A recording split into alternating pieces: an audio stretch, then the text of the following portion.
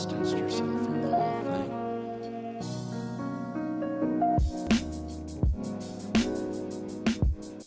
Alright, hello, what is up everybody? This is The Wonders here, and we are back with more Legends of Heroes Trails of the Sky, right? Yeah, that's what it is. And we're here to learn more about the ornament stuff, and how we can use it. So, let's continue on, shall we? I've kind of been anticipating this. I've really wanted to learn more about it, and dive more into this story, than just the epilogue of it all, because I really wanted to know what was at the meat of this game, before I really make a judgment on if I want to keep recording this or not. So here is where you will learn how to use Orbital Factory services. At an Orbital Factory, you can modify your orbaments to synthesize support quartz in order to use Orbital Arts. Synthesize support quartz. Support quartz? Okay. Arts have a wide range of effects, and if mastered, can be extremely helpful. The bracer business is a pretty bit risky occupation, so the guild has had a long-standing relationship with these orbital factories. Anyway, this is about as much as I can explain. I'll leave the technical details to the expert. So, Mr. Melders, if you wouldn't mind taking over from here. No problem. Leave everything to me. So, what is it you would like to know about? Well, pretty much everything. Oh, if you can hear the clicking of the keyboard in the background, I hope you don't mind it. I have a mechanical keyboard. Oh, they're brown MX switches, and I really like this click that it gives. If you don't like it, I'm terribly sorry, but I'm in love with it. So there's that. Orbaments. Orbaments are mechanical devices which exhibit an array of effects through the installation of various types of quartz. By definition, that means that lights, airship engines, and so on are also type of orbaments. Okay. However, the ones we will be discussing today are battle orbaments, which enhance the user's physical abilities and make it possible to use magic. See, I knew there was an element of magic to this. I don't know why, it's only in JRPG, I mean... Since each orbament is adjusted to match the owner's personal aptitude, the structures for these devices are also differ for each owner. Why is that? Simply put, the shape of the fixed elemental slots and lines which connect them vary. At any rate, that's the layman's explanation. Why do they vary?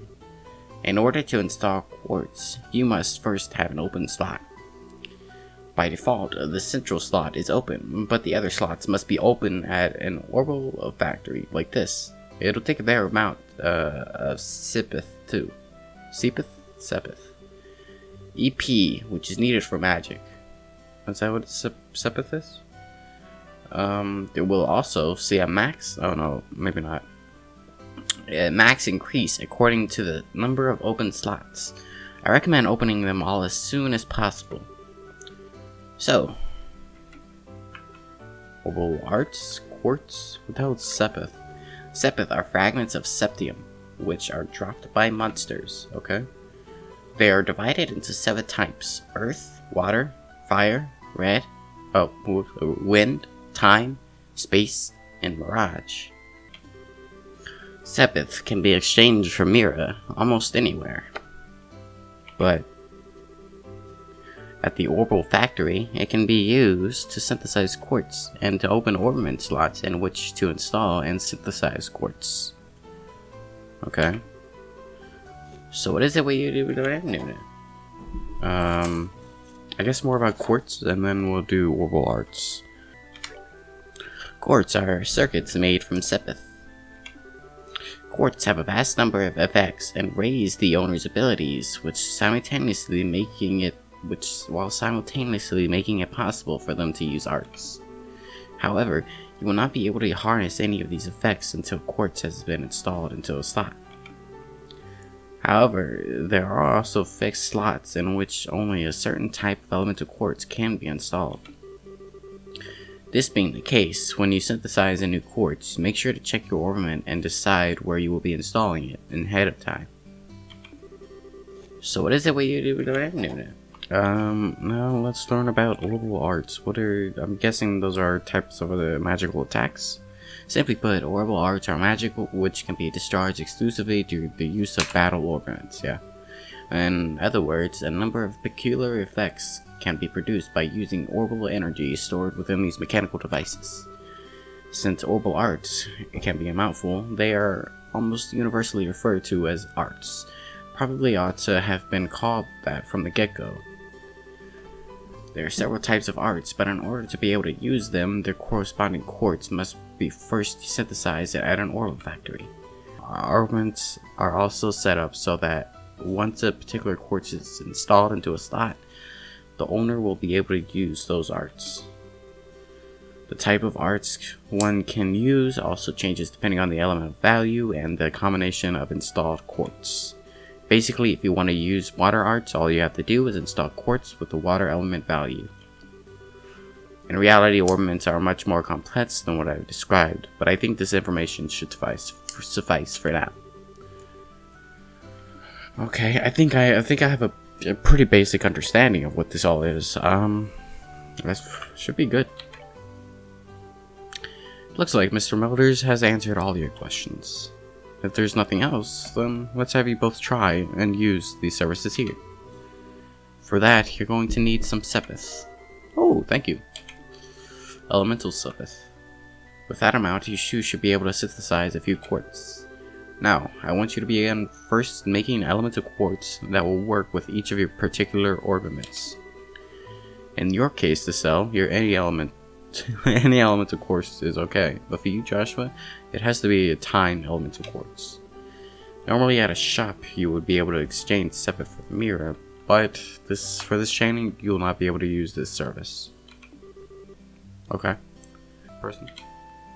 There we go. Quartz. Okay. Defense might also be good. Attack will probably also be good, but I think HP in the long run, doing this first will ultimately help us. Let's go for HP. I did it. Alright, looks like you were able to synthesize one. Next, I want you to increase the arts you can use. Now, install a quartz into your orbiments so that you can use both recovery and attack arts. Quartz can be installed at the orbiment screen. The orbiment screen can be utilized by selecting orbiment in the tab menu. Orbiment. So it's all unopened. I only have one. Okay. I mean, yeah. Time only.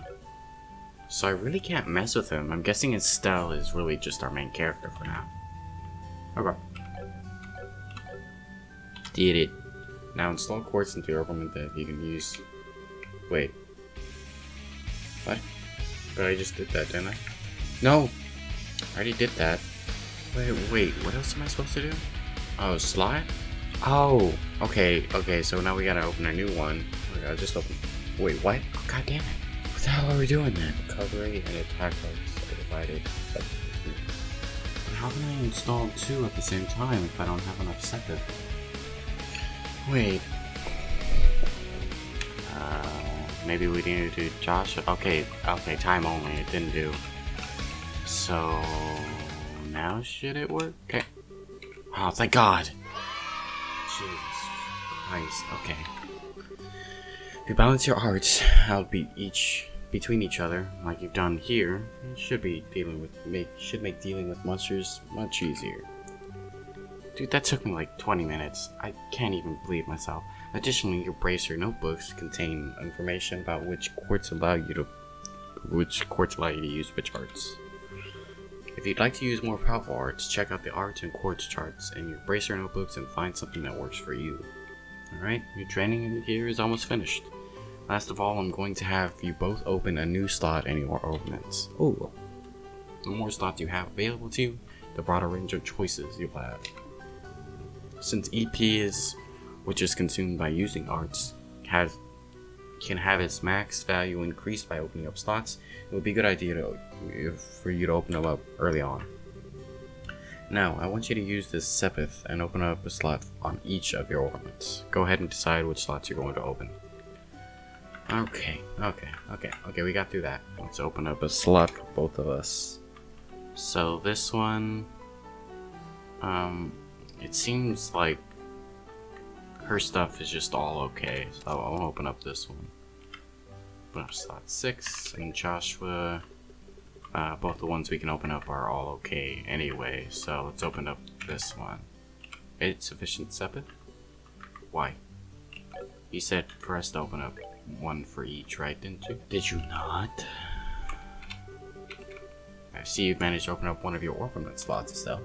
Since your slot is not limited to a particular element, you are free to install any type of quartz you like. This concludes your training here at the Oro Factory. Now it is time for you to move on to what you've both been waiting for, the qualification tests. Pardon?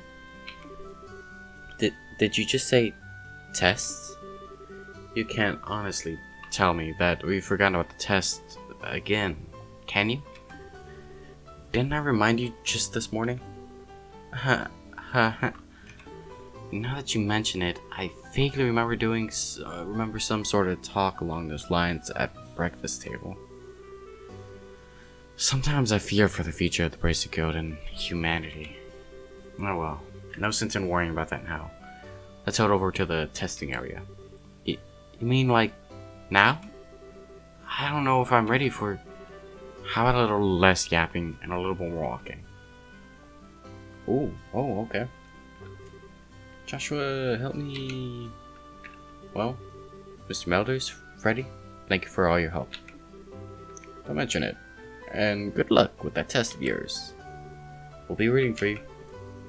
Don't remember that you left me high and dry like this, Joshua. It's weird saying my own name. All your training has finally come down to this. Your qualification test will begin here. I expect to see you both use what you've learned up to this point. Understood. What's wrong, Estelle? Shara? What now? I was kind of wondering, but is there not going to be a paper test or something? Did Cassius drop you on your head as a child or something? You just read what it said on the bullet board and not that long ago, right? Yeah, and? I even made you jot down what you read in your Bracer notebooks unless you forgot that too. I'm pretty sure this job listing mentioned searching for it and retrieving an item from the sewers. Ringing any bells yet? What a relief. Oh, divine Adios. I give thanks to thee for thy infinite grace in bestowing upon us such wonderful gifts as sewers. So what you're really saying is that you thought it was going to be a paper test. Wonder you were acting all crazy back at the Oro Factory. I can finally already feel the nostalgia. All these horrible days stuck in the classroom are starting to feel like grand memories indeed. I'm really starting to wonder if we'll be able to even graduate at all. What's wrong with you? Why do you have to go and say something like that when I'm trying to reminisce about positive things? Alright, that's enough jabbering, you two. This is supposed to be a test, so why don't you both try and at least look a little anxious. Just so you know though, if you do happen to flunk the test, you don't even want to imagine the kind of homework I have in store for both of you. We'll be fine. Just tell us what you want us to do and let us loose. Well, if you're so confident about, then how about proving that you are not just blowing hot air with the results of your test? Anyway, as you both saw on the bulletin board, this test will be a search conducted in Roland Sewers. Your objective is to retrieve the contents of the chest, which has been placed somewhere within that area. The layout of the sewers is extremely simple, so you don't need to worry about getting lost either. However, there are real, living, breathing monsters down there, so if you get careless and let down your guard, you will be sorry. Also, let me give you this before I forget. Tear Ball and Monster Guide. What's this book for? It's called a monster guide, and it's used to record information about monsters and other opponents you meet. Whenever you figure out an enemy's attributes, you should make an immediate note of it in there. Sounds pretty straightforward to me.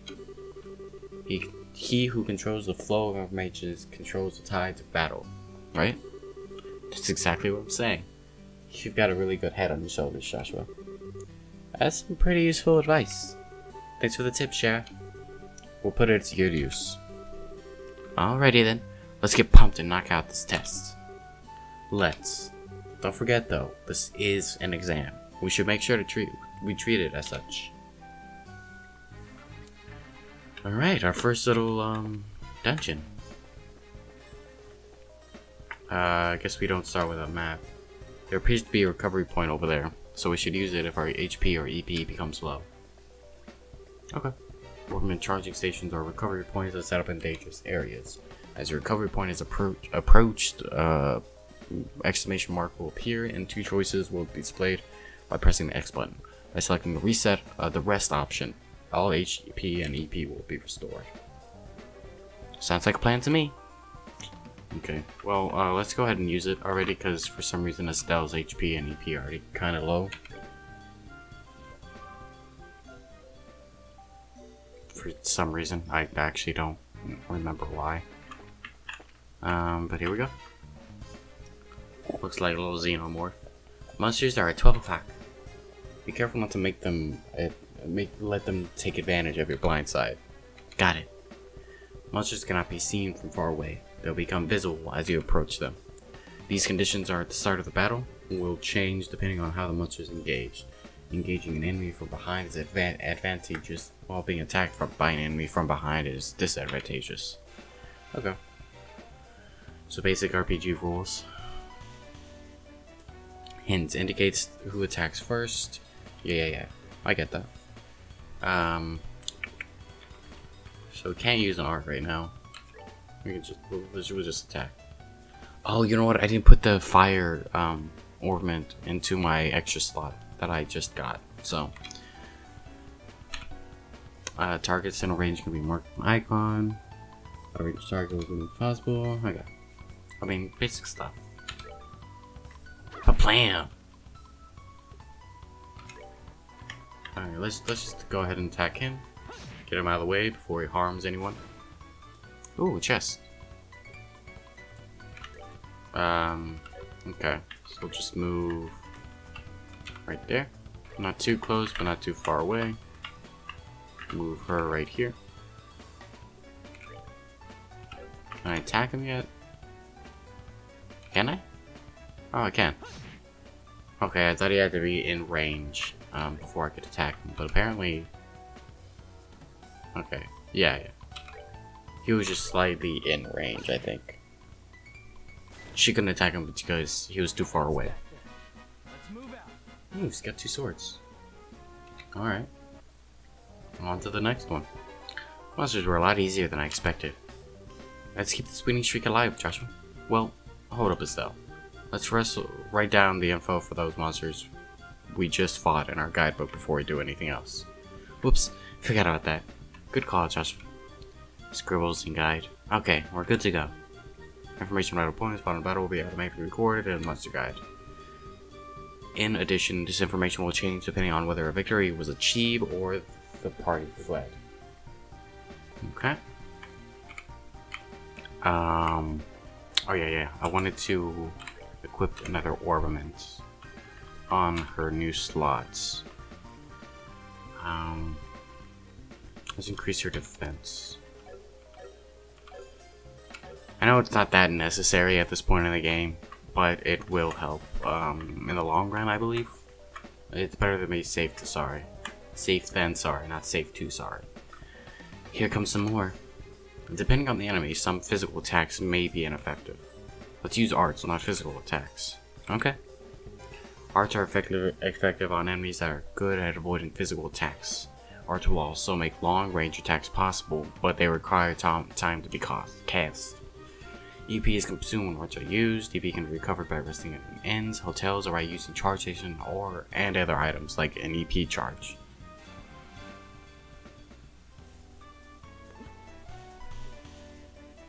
Arts are effective against foes which difficult to hit with a weapon or those on which physical attacks have little effects.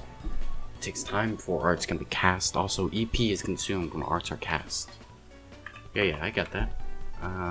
Tear, Aqua Bleed, they're all 10 points. Oh, this one heals. Okay, let's just do Aqua Bleed. Okay. Art. Clock up, speeds up the flow of time. Emits a time-space shaking pulse. Okay. Let's try both of those on each one. We haven't had enemies attack us yet, which I'm assuming is just because they're so... Oh my god, that was quick. It's because they're so low level at this point. It's just basically training. So, no attacks just yet. Oh crap, I got some kind of onion, I think. Man, I'd really like to be able to up the graphics on this. Hold up, let me check something. Alright, well, I mean, it looks better. I think it's good. Alright, so, we got that better, I guess? And still, let's try using crafts this time around. Since crafts have other effects besides just dealing out damage, they're worth a shot. Roger that. Crafts have range limits, but can be utilized instantly. CP is gained by dealing out or receiving damage during battle. CP, really? Craft points. Okay, what are crafts again? Crafts are character-specific skills which not only deal out damage, but also have a broad range of effects. Using crafts consumes CP. CP is gradually gained by dealing out or receiving damage during battle. Okay. I'm really getting into this game. I'm liking the mechanics so far.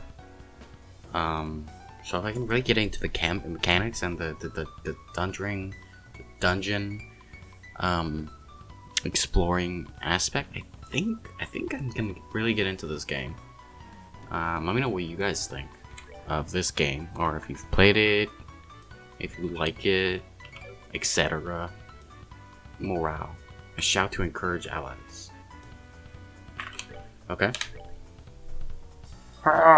Man. Yay. Oh shit, we got strength up. Okay. That's cool. Dual strike, unleashes double lashes. Okay, so this is just a test already. Oh wow. Holy shit.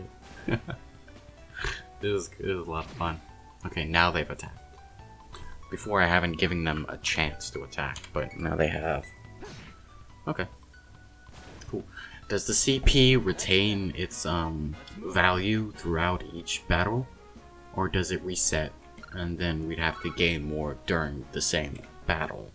I guess we'll find out when we attack the next person. Is there... Oh, there's a chest. Found reviving ball. Dope. Taking it easy on us, I see. It seems they don't have any path. I had the word in my head. Any kind of paths that they walk past yet. Like they go back and forth to surveying the area. Had a word in my head. It was better than what I just said. Oh, what a surprise! Another creepy thing. I wish there were an easier way to take care of them. One blow using S-Craft or S-Break should do the trick, for just about any enemy. The catch is our CP has to be at least 100 to pull off one of these moves. These devastating attacks can only be unleashed when the CP gauge is above 100. You mean 100 or above?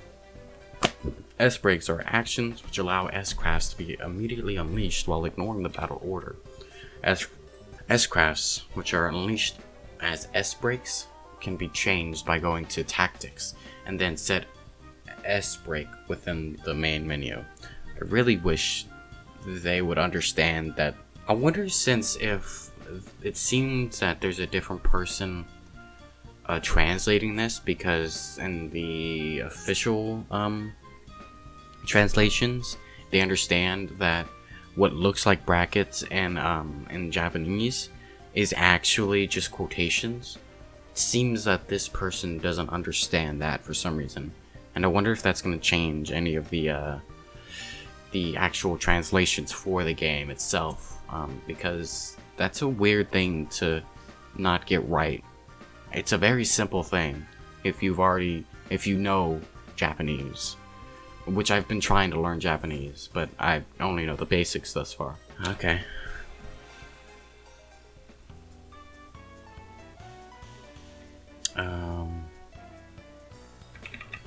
So let's.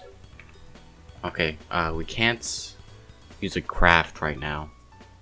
Items. What kind of items? Okay, just the stuff we've already gotten. Stone hammer drops a large boulder on enemies. Okay, so that's just one enemy. I was looking for something that would do damage to multiple enemies, but it seems we're not that far yet. So I'll just do Aqua Bleed. Yeah, let's do Aqua Bleed. And we'll just attack with this guy. Blam. Hint. These are actions which allow S-Crafts to be immediately unleashed while ignoring the battle order once the CP gauge is reached. Really? Ignoring the battle order? S-Crafts which will be used as S-Breaks can be changed by going to Tactics, then set S-Break within the main menu. Press that button to unleash S-Break, and S-Break cannot be unleashed under that condition. Now press that and try unleashing an S-Break. Press the left button or the right button to select it, and then use him. Okay.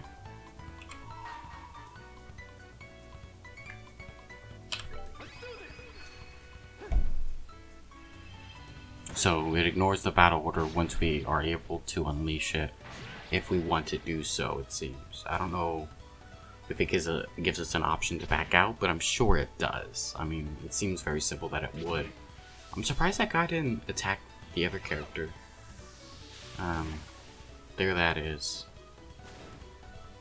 Okay. Let's attack this guy. I still haven't found out if the CP remains constant throughout each battle, because it just gave us 90 CP at the start of this battle, so we could try the S-Break. But I mean, I guess I'll find out later. So now we got 2 paths to go down. I want to go down here. There's nothing down here.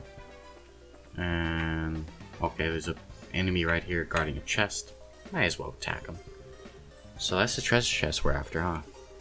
If we made it this far, the rest is going to be a piece of cake. Seems they've got a little breathing room at least. Let's pay close attention to our battle order this time. There should be a number of ways to get more mileage out of our attacks. Oh, okay. So that's a hint. Obviously, it's an obvious hint. During battle, there are several bonuses which can be allotted to turns. Turn bonuses have the same effects regardless of whether they are allowed to an ally or a foe. Using S-Breaks to ignore the battle order makes it easy to jump in and strip the enemy of their turn bonus. Okay. And I figured there'd be quite a bit of enemy this time to actually test us. These icons indicate the bonuses allotted to the battle order. If a bonus icon appears next to the character's icon, they will receive that bonus. Okay. Heal HP with a fire, steppeth up, etc. indicate the effects of each icon. Okay. Let's use a crafts pummel. Beats an enemy senseless the series of attacks. I'm just gonna use morale for now. I want us to get our strength up. I can't use. I'm not using the fire thing, so I don't think it would have helped any. Solar. It's a time shaking pulse. Yeah, might as well. We don't really need to conserve our EP right now, since really it's just a beginning training test. So might as well go all out. No, use it on the one that has the extra turn. Though it won't be in effect till next turn. Okay. Bam. Seems we're using quite a bit of, we're losing quite a bit of HP right now. But I think we'll be okay.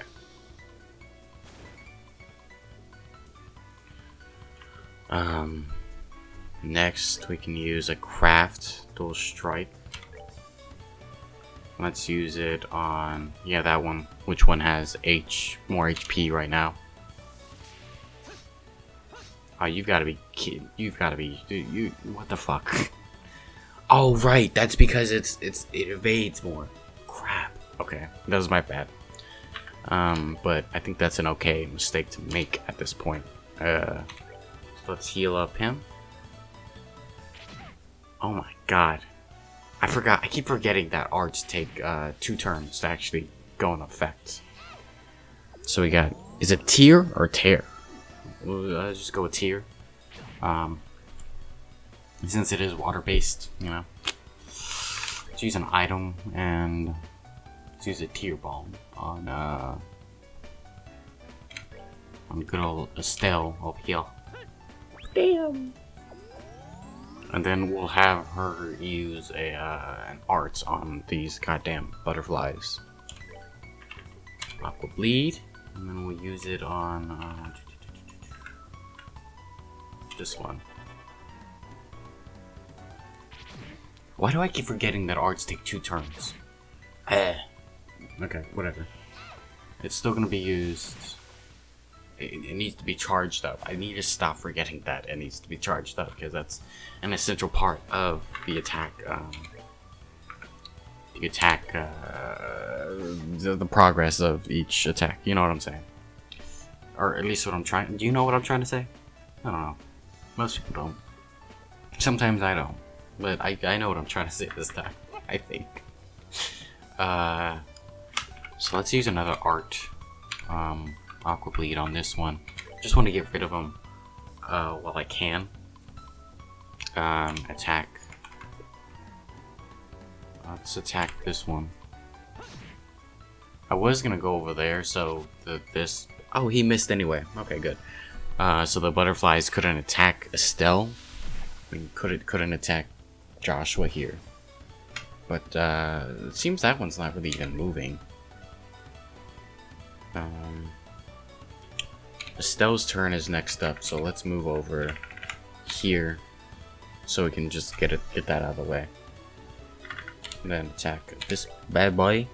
But damn, I'm sure they have names, don't they? Not like individual names, but the monsters themselves. You know what I'm saying? Does it display their name when I'm trying to attack them? Does not, but it maybe it does in the book. Where it shows other stuff. We're all the way back here. I don't think we're gonna catch up. That guy didn't even attack. I don't just move over for whatever reason. I mean, he attacks Serum and then bam, it's done. It wasn't too hard, but I feel like I could have done better. I'll keep learning as I go on, but for now that wasn't too bad. We got quite a bit of Sepith. Crisp onion, that's what it was. Crisp onion. I didn't read what the first one was. Alright, cool. Is this what we came here for? A small box. That's weird. There's a couple of boxes inside the treasure chest. The fact that there's not just one, but 2 is kind of interesting, too. Wonder what's inside. Remember, Estelle, it's our mission is to search and retrieve only. I'm pretty sure looking inside these boxes doesn't fall under our mission objectives. You're no fun at all, Joshua. This has nothing to do with our mission. It's what I like to call good, honest curiosity. You know, we're the only ones down here. We can get away with a teensy-weensy peek, right? If you feel like flunking today's test, then by all means, be my guest. Did you just say the F word? No. No. No.